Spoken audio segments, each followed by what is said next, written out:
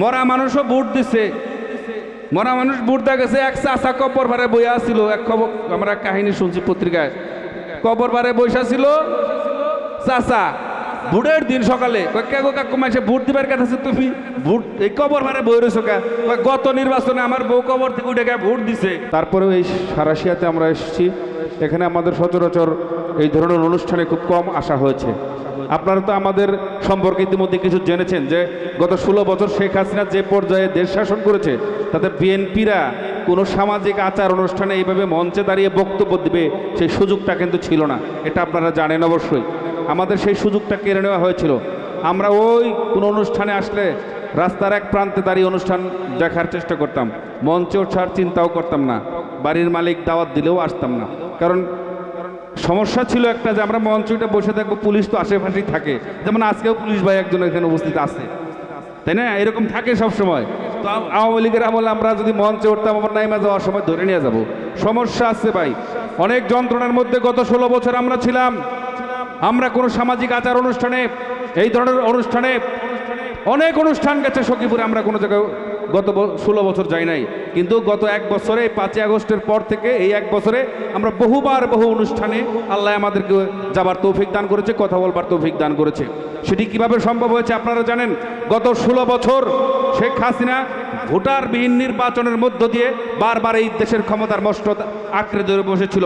আর আমরা যারা বিএনপি করি, আমাদের একটাই আন্দোলন ছিল, বাংলাদেশের মানুষ যাতে, বাংলাদেশের জনগণ যাতে তাদের ভোটটা স্বাধীনভাবে তাদের পছন্দের মানুষকে নির্বাচিত করে তাদের জনপ্রতিনিধি নির্বাচন করতে পারে, সেই জন্যে তারা যেন দিতে পারে ভোটটা, সেই ব্যবস্থার জন্য বিএনপির নেতৃবৃন্দ সারা বাংলাদেশে পথে প্রান্তরে গ্রামাঞ্চলে ঘুরে বেরিয়েছে এবং আন্দোলন সংগ্রাম করেছে 16 বছর মানুষের ভোটাধিকার প্রতিষ্ঠিত করবার জন্য। বিএনপির একটাই আন্দোলন ছিল, নির্দলীয় নিরপেক্ষ তত্ত্বাবধায়ক সরকারের মাধ্যমে নির্বাচনের ব্যবস্থা করতে হবে, যে নির্বাচনে ভোট কারচুপি হবে না, মানুষ তাদের পছন্দের প্রার্থীকে ভোট দেবে। সেই জন্য আমরা গত 16 বছর আন্দোলন করেছি। 16 বছর আন্দোলন করার পরে যখন আমরা প্রায় ক্লান্ত হয়ে পড়েছিলাম, এমন একটা সময়ে আল্লাহর সুদৃষ্টি হয়েছে। ছাত্রদের একটা কোটা সংস্কার আন্দোলন শুরু হয়েছিল।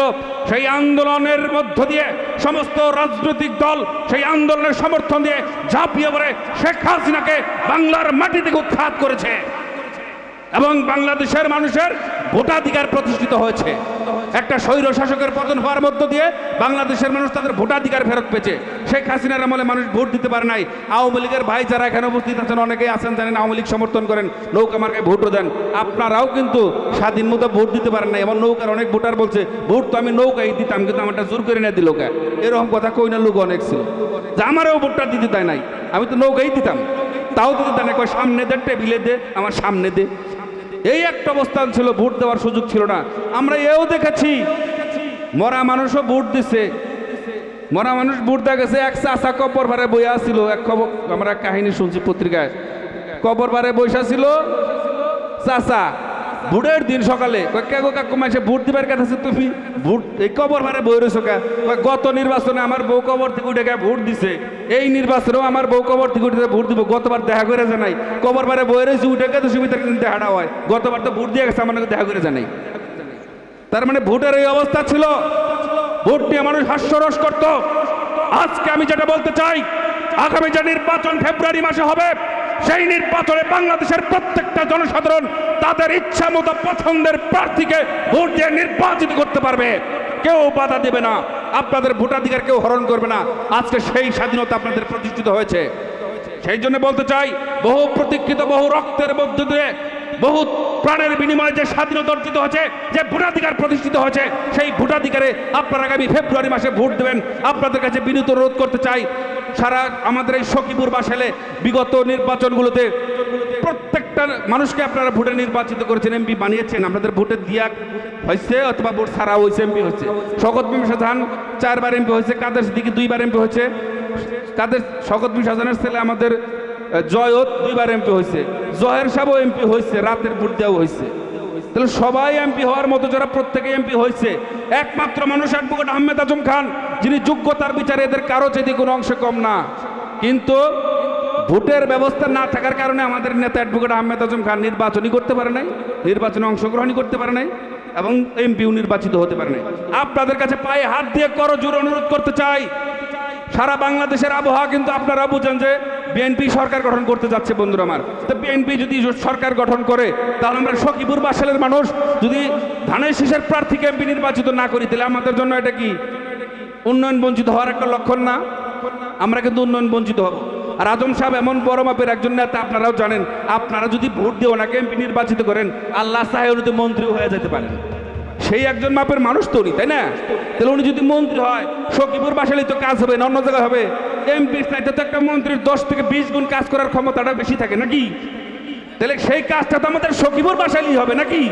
তাহলে আমরা অযথা আওরা কাওরা মার্কায় ভোট দিয়া যদি উন্নয়ন বঞ্চিত হই, এই দোষ কি শেষে অন্য করে দিল বলে এটা আমাকে দোষ হবো? দোষটা কিন্তু আমাদেরই হবে, এটা অন্য কারো দোষ দিয়ে লাভ নাই। সেই জন্য মা বোনেরা যারা আছেন, আমার শ্রদ্ধেয় মুরব্বীরা যারা আছেন, সকলের পায়ে হাত দিয়ে অনুরোধ করতে চাই, একটা বারের জন্য এই ভদ্র বিনয়ী মানুষটাকে, অ্যাডভোকেট আহমেদ আজম খান মানুষ হিসেবে তিনি অত্যন্ত ভদ্র বিনয়ী এবং সৎ মানুষ। তার যারা শত্রু অন্য দল করে তারাও কেউ বোঝে না মানুষটা সৎ মানুষ, ভালো মানুষ, ভদ্র মানুষ, এইটুকু স্বীকার করতে হবে তাদের। তার কোনো ভুল ধরার কোনো সুযোগ নাই, কথাবার্তায় আচার আচরণে কোনো জায়গায় নেই। সেই জন্য বলবো প্রিয় বন্ধুরা আমার, একটা বারের জন্য পায়ে হাত রেখে বলি ওনাকে এমপি নির্বাচিত করে সখীপুর বাসালের উন্নয়নটা করার আপনার একটা সুযোগ দেন। ওনার দীর্ঘদিনের আশা, 30 থেকে 35 বছর উনি সখীপুর বাসালের মানুষের সাথে আছে। 2 বার নির্বাচন করে উনি পরাজিত হয়েছেন, তারপরেও কিন্তু আমাদের ছেড়ে যান নাই, আমাদের পাশে পাশে কিন্তু আছেন।